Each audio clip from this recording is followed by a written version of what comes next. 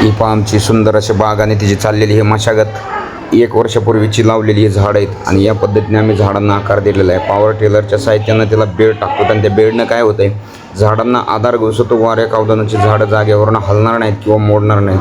त्या पद्धतीने आम्ही त्या आंबेबागेची मशागत करतो आहे. या पद्धतीने मशागत चालू आहे.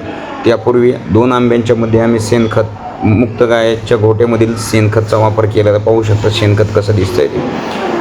छाटणी झालेली आणि छाटणीनंतर आपण शेणखत टाकून काय करतोय, बेड बनवतो.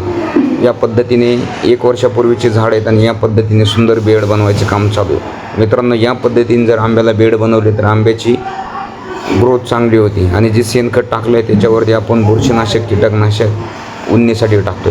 या पद्धतीने सुंदर असे बेड बनवून झालेले. या पद्धतीने तुमची जर बाग असेल तर तुम्ही आरामशीर बेड बनवू शकता, जेणेकरून तुमचे आंब्याची ग्रोथ चांगल्या पद्धतीने होईल. आणि ते झाल्याच्या नंतर आपण प्रत्येक खोडाला या पद्धतीने बोर्डिक मिश्रण किंवा काऊचं मिश्रण लावून त्याला पेस्टिंग केलेलं आहे, ज्यानं बुरशी लागत नाही.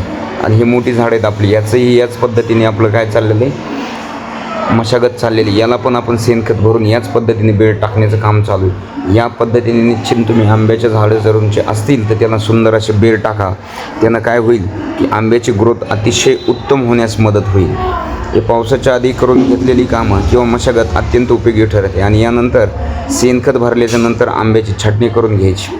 छाटणी केल्यानंतर आंब्याला नवीन पालवी फुटते आणि आंब्याची ग्रोथ ही चांगली होती.